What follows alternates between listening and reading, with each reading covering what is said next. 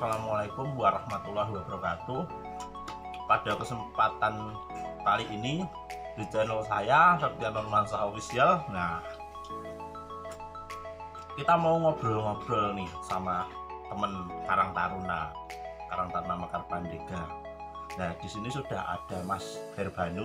Nah, jadi Mas Herbanu ini adalah desainer kita, desainer Karang Taruna. Beliau itu punya skill atau kemampuan dalam membuat desain yang tentu mungkin teman-teman bisa lihat di program-program Karang Taruna dari tahun berapa itu 2016 ya. 2016 kita berproses bersama-sama untuk menggarap program Karang Taruna. Sebenarnya saya sudah berteman dengan Mas Banu itu sudah sangat lama sekali, dari waktu kita SMP ya. Sebenarnya kita saudara, tapi jarang ketemu. Kemudian satu kelas di SMP, itu SMP 4 Wonosari. SMK-nya itu saya masuk SMK, kemudian Banu masuk SMA 1 Wonosari. Kemudian kita ketemu lagi untuk berproses bareng lagi di tahun 2016-an. Dan Banu itu ternyata punya skill membuat desain. Walaupun yang sekolah seni saya, tapi kemampuan desainnya jauh lebih tinggi dari saya. Ini guru saya ini yang luar biasa. Ya, ini kita sembari untuk lotes ya, menikmati sajian lotes yang tadi Banu beli ya di Wonosari. Nah, kita mau ngobrol-ngobrol tentang desain sama Mas Banu. Teman-teman lihat cuplikannya desain apa yang digarap oleh Mas Herbanu.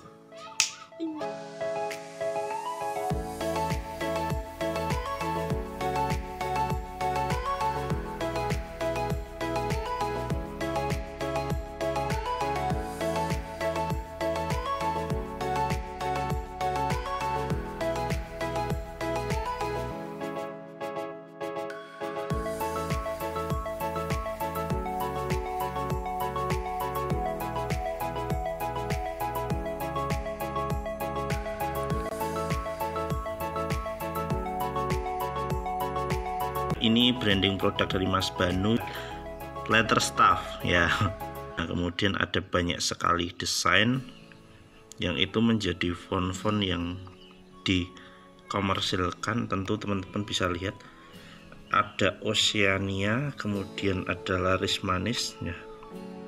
Banyak sekali. Nah, ini adalah salah satu desain font dari Mas Banu, namanya Laris Manis Ball and Fun Font. Ya, menarik sekali bukan teman-teman? Bisa dilihat. Nah, ini juga ada yang lain. Ini apa ya? Desain ya, oh ya, dari branding. Nah, di sini juga ada yang menarik lagi, blueberry smoothies. Nah, produk-produk minuman ya, sama kuliner. Ada spesies, have nice dream. Ini desainnya seperti ini ya teman-teman ya, bisa dilihat ya. Nah, ini desain-desainnya mantap. Nah, ini yang lainnya ada kidos, ada cilok, wah, ada Kersia, Pastelova, kemudian ada apa ini? Oh ya, Tambelina, ada Alenka. Mantap. Nah, butuh sebuah kreativitas ya, dari huruf atau angka ketika diolah akan menjadi sebuah daya tarik atau nilai seni yang tinggi.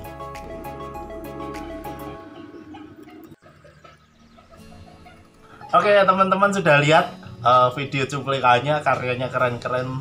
Mungkin penasaran sebenarnya Mas Banu itu belajar desain itu dari kapan toh? Nah, kita langsung saja ke orangnya, kemudian dia akan coba untuk bercerita. Monggo Mas Banu, dipersilakan. Ya, terima kasih Mas Asep sudah main ke rumah. Ini teman lama sekaligus saudara sebenarnya. Ya, ngomong-ngomong tentang desain, sebenarnya belajarnya otodidak ya, bisa dibilang otodidak. Dari berbagai sumber ya, dari grup Telegram, dari grup Facebook dan sebagainya. Intinya belajarnya dari banyak sumber, karena zaman sekarang kan sebenarnya banyak banget sumber-sumber belajar. Kalau kita mau belajar insya Allah bisa. Ternyata Mas Banu itu punya kemampuan untuk menggarap desain itu secara otodidak ya, dan tentu itu butuh proses, butuh waktu yang tentu tidak sebentar langsung bagus, butuh proses pembelajaran. Nah, di sini saya mau tanya ini Mas Banu, seberapa besar sih Mas Banu memaknai desain itu, kemudian manfaatnya itu seperti apa?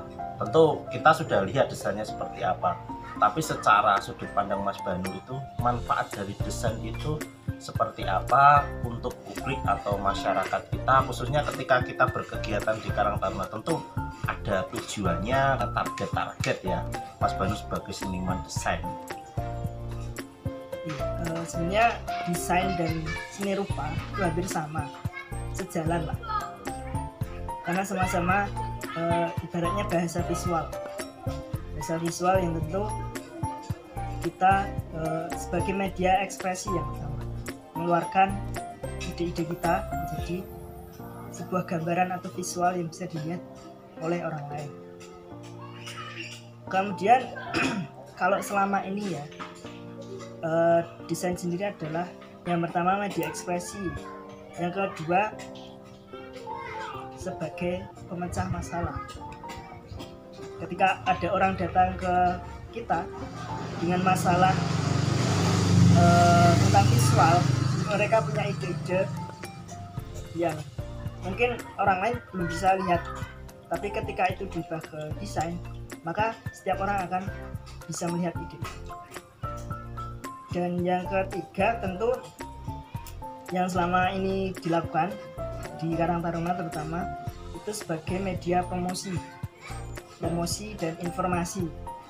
Tentunya kita pengennya menyampaikan sesuatu, entah itu tentang acara, entah itu tentang informasi penting yang lain, itu bisa disalurkan lewat desain. Kemudian Mas Banu ini, beliau juga sering mengikuti kayak kontes-kontes logo itu ya Mas Banu ya, dan sempat menang juga beberapa kali itu dan dapat hadiah. Nah, nanti bisa diceritakan juga nih, ini jadi motivasi buat kita juga. Jadi sekitar tahun 2014 kalau nggak salah, saya mulai mencoba peruntungan sebenarnya untuk mengikuti sebuah kontes. Nah, kalau teman-teman yang main di desain mungkin sudah nggak asing ya, namanya 99 Design. Di situ adalah tempat banyak kontes itu diadakan. Jadi biasanya tentang kontes logo. Yang selama ini pernah saya jalani itu lebih ke kontes logo. Dan alhamdulillah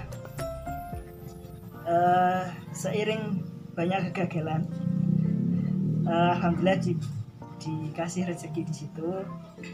Pernah menang beberapa kali juga, alhamdulillah, sampai akhirnya sekitar tahun 2016 awal 2017 sudah mulai sedikit vakum karena ya capek juga ternyata tiap bulan harus ikut banyak kontes dan belum tentu menang juga, tapi itu jadi pengalaman, jadi apa ya, di situ saya bisa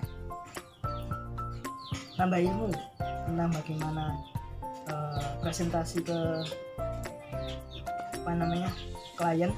calon klien, bagaimana presentasi desainnya seperti apa, memahami brief atau kemauan dari si klien itu seperti apa, karena kebanyakan pakai bahasa Inggris, dan dengan bahasa Inggris yang pas-pasan dan modal Google Translate, alhamdulillah sedikit demi sedikit bisa paham. Kemudian sekitar awal tahun 2017 mulai memutuskan untuk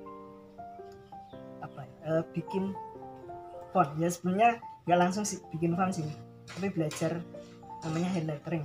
Hand lettering adalah menulis tulisan. Ya kayak nulis biasa, cuman lebih ke menulis indah. dan itu sebagai basic atau dasar untuk pembuatan font tadi. Nah, kenapa saya milih untuk nyoba bikin font? Karena di kontes ibaratnya kita yang jemput rezekinya, jemput bola, bukan rezeki yang datang ke kita. Nah, pengennya kalau font kita jualan kan, kita bikin produk, kemudian kita jual. Selama produk itu masih di marketplace namanya, itu kemungkinan bisa jadi passive income. Kemudian untuk fontnya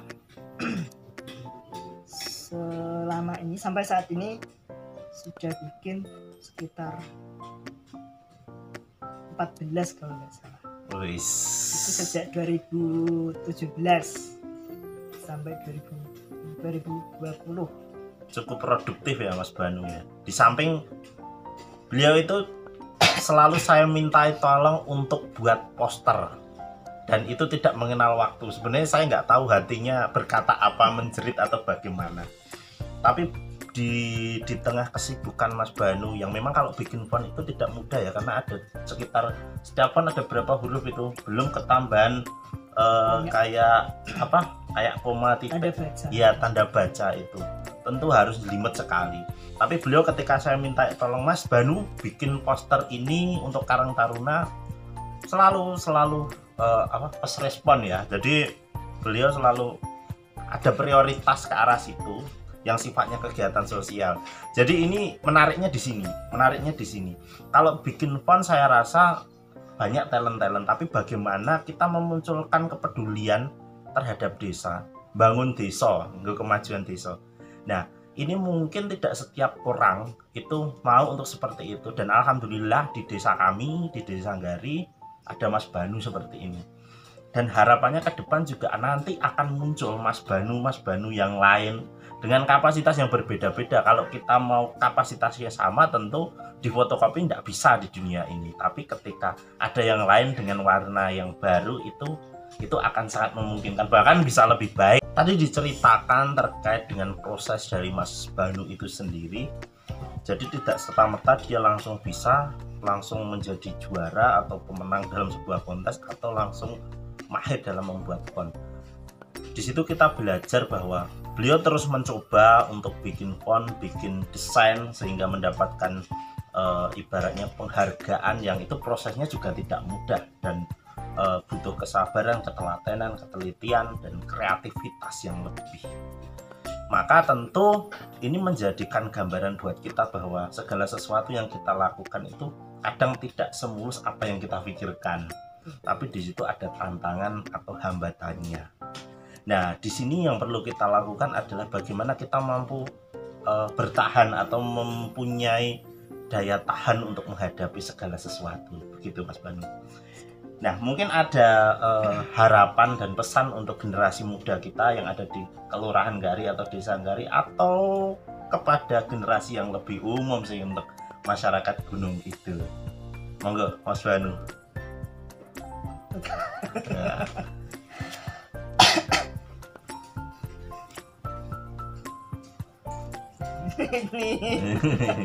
Santai. Kalau soal harapan, terutama untuk teman-teman muda di Desa Sanggari maupun di Gunung Kidul dan pemuda pada umumnya, jelas cintai apa yang kalian suka dan lakukan dengan sepenuh hati. Hargai setiap proses, karena setiap tujuan tidak langsung mendapatkan hasil yang sesuai. Hargai proses, nikmati proses, dan nikmati. Oke, mantap. Itu kata-kata bersayap yang sederhana tapi mengena ya. Jadi hargai setiap prosesmu, karena pada dasarnya kamu akan belajar dari situ, dan tentu kita akan mendapatkan hal yang lebih baik di kemudian hari. Begitu ya Mas Banu ya, kurang lebih.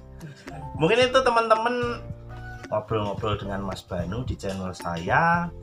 dan sampai ketemu lagi bersama teman-teman muda lainnya yang tentu menginspirasi dan membuat kita jadi tambah semangat.